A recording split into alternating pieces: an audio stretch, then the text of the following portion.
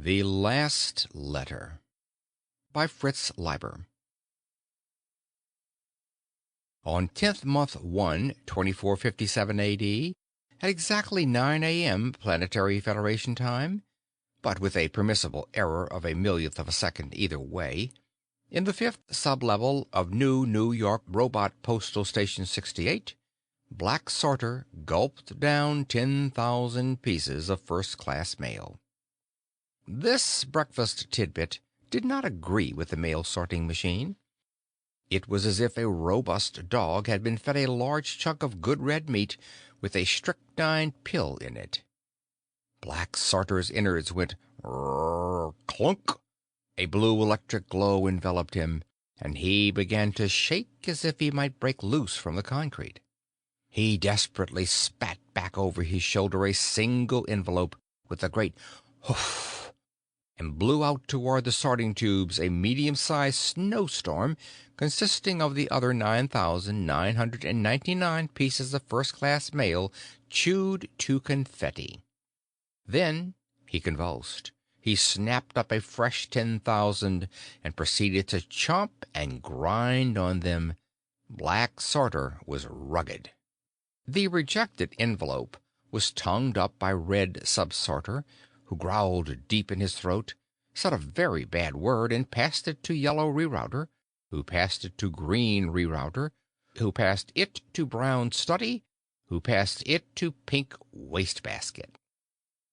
Unlike Black Sorter, Pink Wastebasket was very delicate, though highly intuitive. The machine equivalent of a White Russian countess. She was designed to scan in 3,137 codes, route special delivery space mail to interplanetary liners by messenger rocket, and distinguish nines from upside-down sixes. Pink Wastebasket haughtily inhaled the offending envelope, and almost instantly turned a bright crimson and began to tremble. After a few minutes, small atomic flames started to flicker from her midsection. White Nursemaid 7 and Greasy Joe both received Pink Wastebasket's distress signal and got there as fast as their wheels could roll them.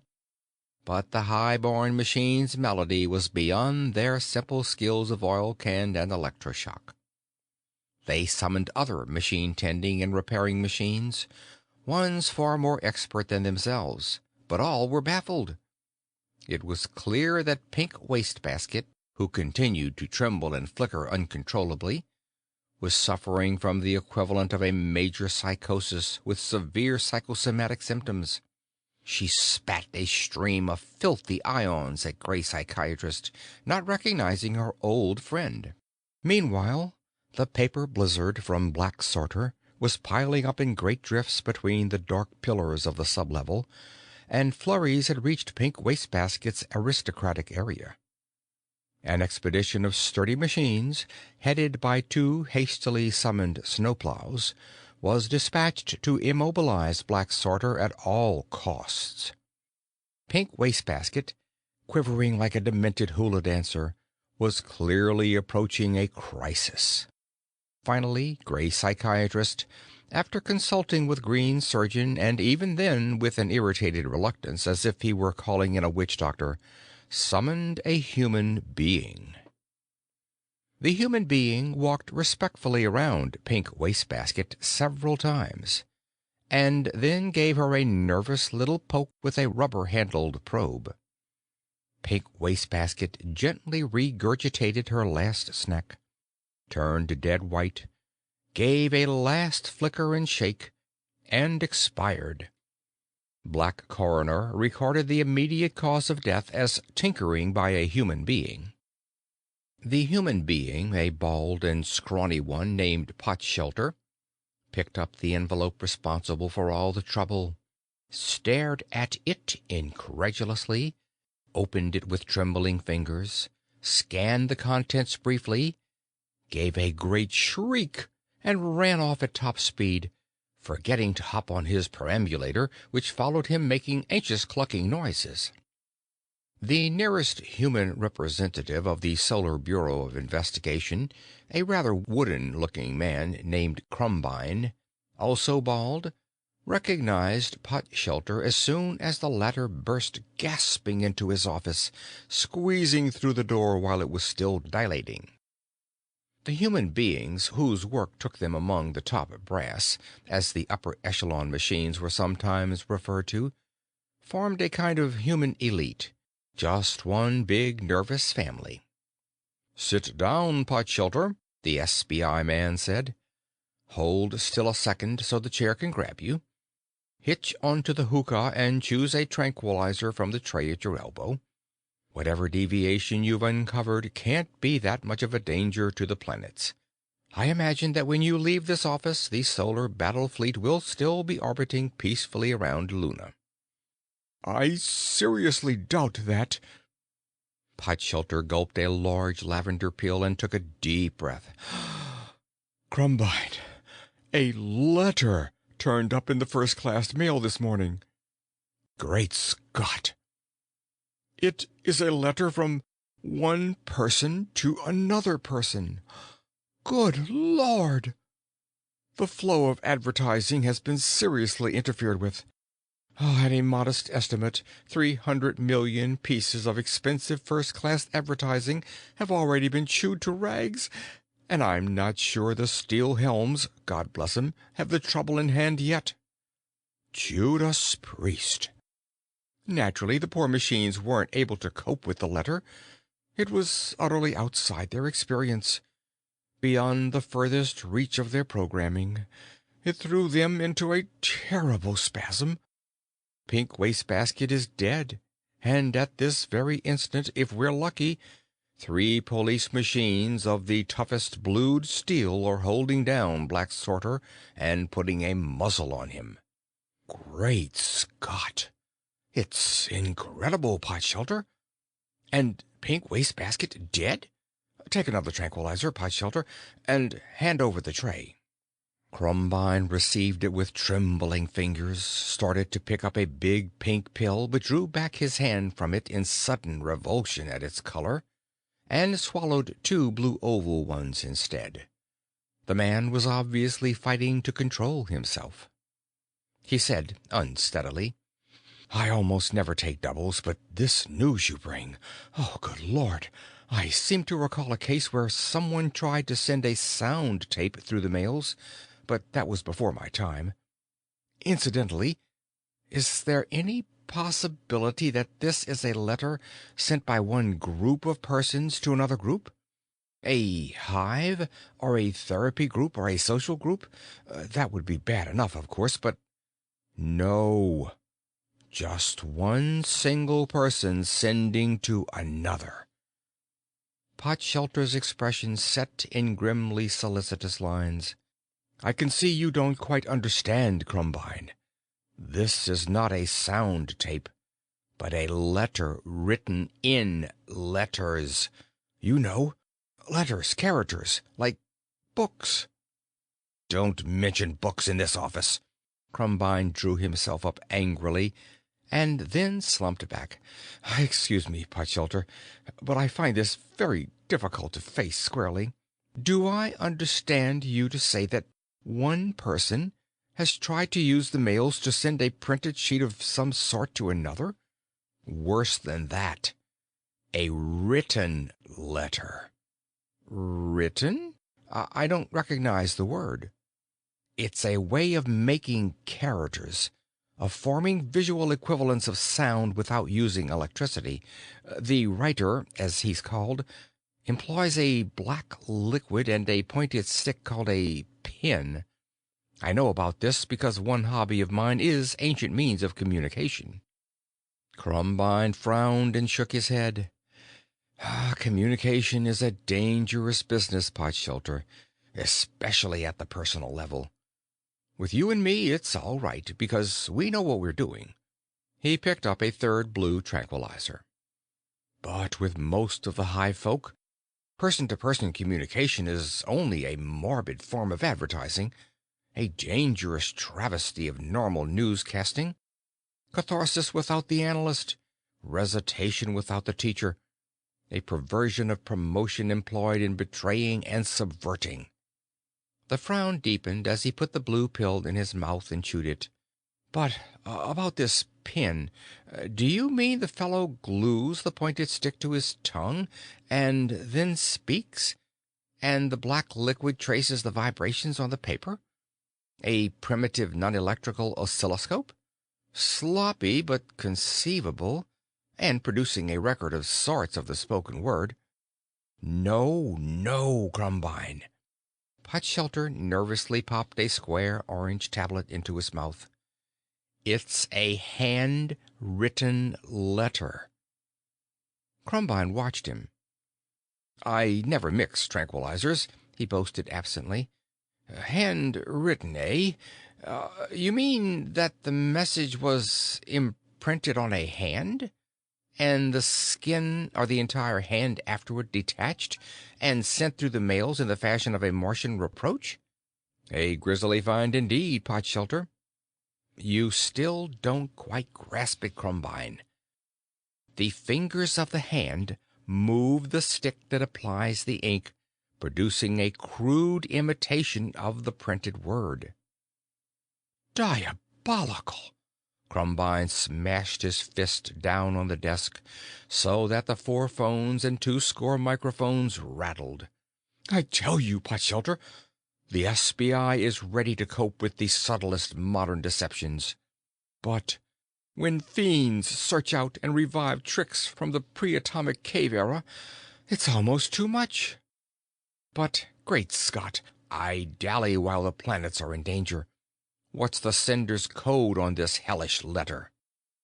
No code, Potshelter said darkly, proffering the envelope. The return address is handwritten. Crumbine blanched as his eyes slowly traced the uneven lines in the upper left-hand corner. From Richard Rowe, 215 West 10th Street, horizontal, 2837 Rocket Court, vertical, Hive 37, New York, 319 NY, Columbia, Terra. Ugh, Crumbine said, shivering. Those crawling characters, those letters as you call them, those things, barely enough like print to be readable. They seem to be on the verge of awakening all sorts of horrid racial memories. Oh, I find myself thinking of fur-clad witch doctors, dipping long pointed sticks in bubbling black cauldrons. No wonder Pink Wastebasket couldn't take it, brave girl. Firming himself behind his desk, he pushed a number of buttons and spoke long numbers and meaningful alphabetical syllables into several microphones.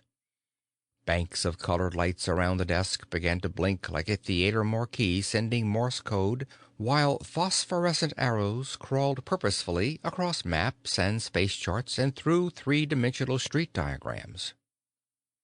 There, he said at last. The sender of the letter is being apprehended and will be brought directly here. We'll see what sort of man this Richard Rowe is, if we can assume he's human.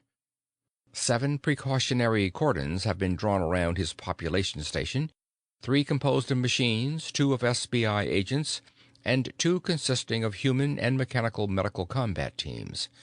Same goes for the intended recipient of the letter. Meanwhile, a destroyer squadron of the Solar Fleet has been detached to orbit over New York. In case it becomes necessary to Z-bomb? Potshelter asked grimly. Crumbine nodded. With all those villains lurking just outside the solar system in their invisible black ships, with planet-side in their hearts, we can't be too careful. One word transmitted from one spy to another, and anything may happen. And we must bomb before they do, so as to contain our losses. Better one city destroyed than a traitor on the loose who may destroy many cities. 100 years ago, 3 person-to-person postcards went through the mails. Just 3 postcards, Potshelter, and pff went Schenectady, Hoboken, Cicero, and Walla Walla. Here, as long as you're mixing them, try one of these oval blues. I find them best for steady swallowing. Bells jangled. Crumbine grabbed up two phones, holding one to each ear. Potshelter automatically picked up a third. The ringing continued. Crumbine started to wedge one of his phones under his chin, nodded sharply at Potshelter, and then toward a cluster of microphones at the end of the table. Potshelter picked up a fourth phone from behind them. The ringing stopped. The two men listened, looking doped, Crumbine with an eye fixed on the sweep second hand of the large wall clock.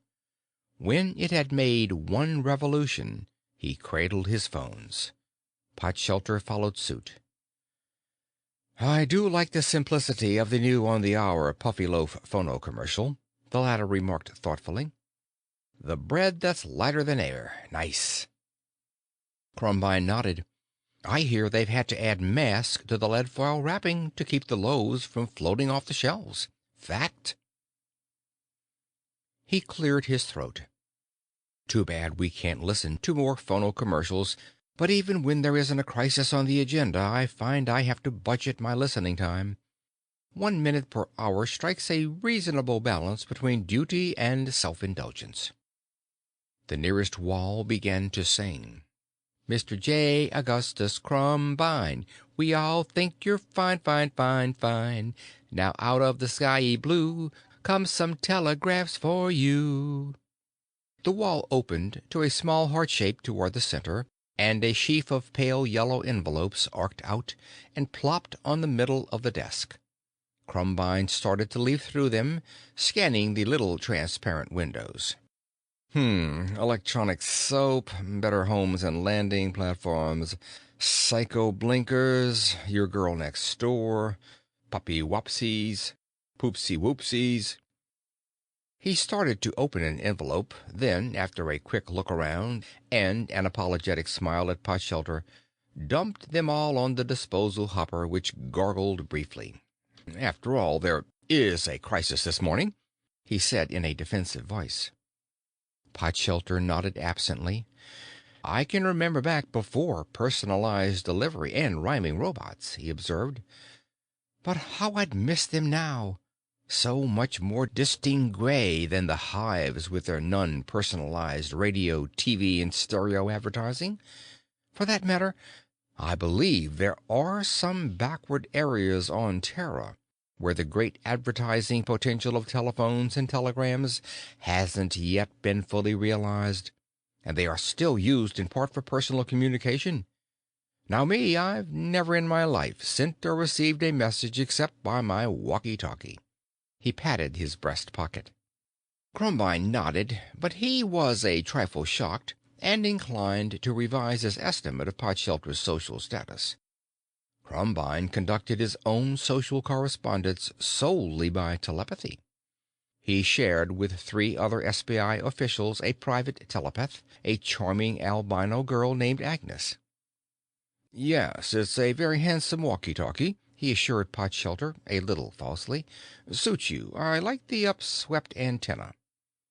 He drummed on the desk and swallowed another blue tranquilizer. "Damn it, what's happening to those machines? They ought to have the 2 spies here by now. Did you notice that the intended recipient of the letter, I mean, seems to be female? Another good Terran name, too, Jane Doe. Hive in Upper Manhattan." He began to tap the envelope sharply against the desk. "Damn it, where are they?" "Excuse me," Potshelter said hesitantly, "but I'm wondering why you haven't read the message inside the envelope." Crumbine looked at him blankly. "Great Scott! I assumed that at least it was in some secret code, of course.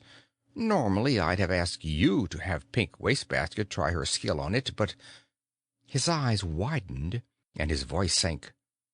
"You don't mean to tell me that it's—" Potshelter nodded grimly. "Handwritten, too, yes." Crumbine winced. "I keep trying to forget that aspect of the case." He dug out the message with shaking fingers, fumbled it open, and read. "Dear Jane, it must surprise you that I know your name, for our hives are widely separated. Do you recall, day before yesterday, when your guided tour of Grand Central Spaceport got stalled because the guide blew a fuse? I was the young man with hair in the tour behind yours. You were a little frightened, and a group mistress was reassuring you. The machine spoke your name. Since then, I have been unable to forget you. When I go to sleep, I dream of your face looking up sadly at the mistress's kindly photocells. I don't know how to get in touch with you, but my grandfather has told me stories his grandfather told him about young men writing what he calls love letters to young ladies.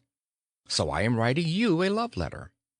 I work at a first-class advertising house, and I will slip this love letter into an outgoing 10,000 pack and hope. Do not be frightened of me, Jane. I am no caveman except for my hair. I am not insane. I am emotionally disturbed, but in a way that no machine has ever described to me. I want only your happiness. Sincerely, Richard Rowe. Crumbine slumped back in his chair, which braced itself manfully against him, and looked long and thoughtfully at Potshelter. Well, if that's a code, it's certainly a fiendishly subtle one. You'd think he was talking to his girl next door. Potshelter nodded wonderingly. I only read as far as where they were planning to blow up Grand Central Spaceport and all the guides in it. Judas Priest, I think I have it. Crumbine shot up. It's a pilot advertisement. Boy next door, or that kind of thing. Printed to look like handwriting, which would make all the difference. And the pilot copy got mailed by accident, which would mean there is no real Richard Rowe. At that instant the door dilated, and two blue detective engines hustled a struggling young man into the office. He was slim, rather handsome, had a bushy head of hair that had somehow survived evolution and radioactive fallout, and across the chest and back of his paper singlet was neatly stamped Richard Rowe. When he saw the two men, he stopped struggling and straightened up. "Excuse me, gentlemen," he said, "but these police machines must have made a mistake. I've committed no crime." Then his gaze fell on the hand-addressed envelope on Crumbine's desk, and he turned pale. Crumbine laughed harshly. No crime. No, not at all. Merely using the mails to communicate. Ha! The young man shrank back. "I'm sorry, sir." "Sorry," he says. "Do you realize that your insane prank has resulted in the destruction of perhaps a 500 million pieces of first-class advertising, in the strangulation of a postal station, and in the paralysis of Lower Manhattan, in the mobilization of SBI reserves, the deep mothballing of 2 divisions of GI machines, and the redeployment of the solar battle fleet? Good Lord, boy, why did you do it?" Richard Rowe continued to shrink, but he squared his shoulders. "I'm sorry, sir, but I just had to. I just had to get in touch with Jane Doe." "A girl from another hive? A girl you'd merely gazed at because a guide happened to blow a fuse?" Crumbine stood up, shaking his angry finger. "Great Scott, boy! Where was your girl next door?" Richard Rowe stared bravely at the finger, which made him look a trifle cross-eyed. "She died, sir. Both of them." "But there should be at least 6. "I know, sir, but of the other 4, 2 have been shipped to the Adirondacks on vacation, and 2 recently got married and haven't been replaced." Potshelter, a faraway look in his eyes, said softly, "I think I'm beginning to understand." But Crumbine thundered on at Richard Rowe with, "Good Lord! I can see you've had your troubles, boy. It isn't often we have these shortages of girls next door, so that temporarily a boy can't marry the girl next door, as he always should.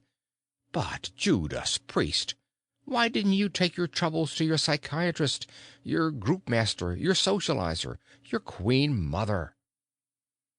My psychiatrist is being overhauled, sir, and his replacement short-circuits every time he hears the word trouble. My group master and socializer are on vacation duty in the Adirondacks. My queen mother is busy replacing girls next door. Yes, it all fits, Potshelter proclaimed excitedly.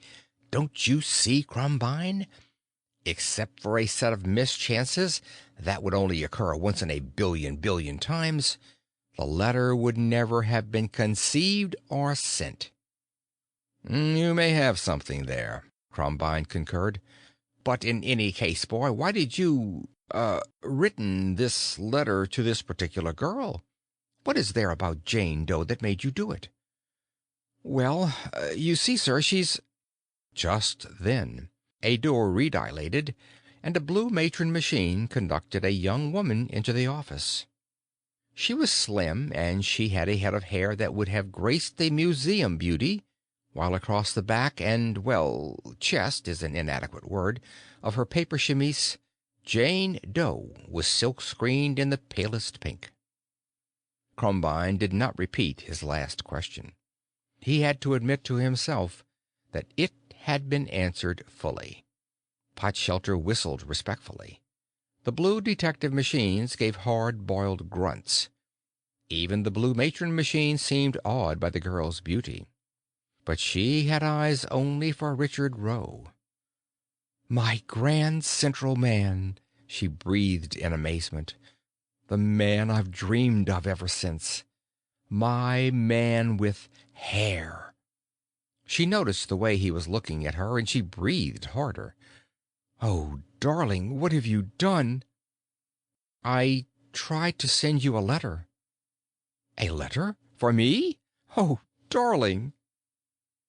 Crumbine cleared his throat. "Potshelter, I'm going to wind this up fast. Miss Doe, could you transfer to this young man's hive?" "Oh, yes, sir. Mine has an overplus of girls next door." "Good. Mr. Rowe, there's a sky pilot 2 levels up. Look for the usual white collar just below the photocells. Marry this girl and take her home to your hive. If your queen mother objects, refer her to, Potshelter here." He cut short the young people's thanks. "Just one thing," he said, wagging a finger at Rowe. "Don't written any more letters." "Why ever would I?" Richard answered. "Already my action is beginning to seem like a mad dream." "Not to me, dear," Jane corrected him. "Oh, sir, could I have the letter he sent me? Not to do anything with, not to show anyone, just to keep." "Well, I don't know," Crumbine began. "Oh, please, sir." "Well, I don't know why not, I was going to say. Here you are, miss. Just see that this husband of yours never writtens another." He turned back as the contracting door shut the young couple from view. "You were right, Potshelter," he said briskly. "It was one of those combinations of mischances that come up only once in a billion times. But we're going to have to issue recommendations for new procedures and safeguards that will reduce the possibilities to 1 in a trillion. It will undoubtedly up the Terran income tax a healthy percentage, but we can't have something like this happen again. Every boy must marry the girl next door, and the first-class males must not be interfered with. The advertising must go through." "I'd almost like to see it happen again," Potshelter murmured dreamily. "If there were another Jane Doe in it." Outside, Richard and Jane had halted to allow a small cortege of machines to pass. First came a squad of police machines with Black Sartor in their midst, unmuzzled and docile enough, though still gnashing his teeth softly.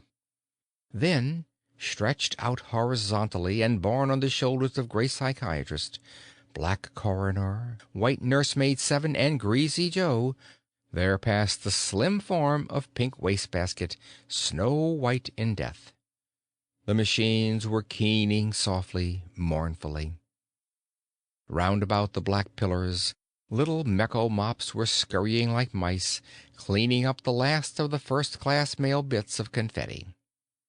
Richard winced at this evidence of his aberration, but Jane squeezed his hand comfortingly, which produced in him a truly amazing sensation that changed his whole appearance.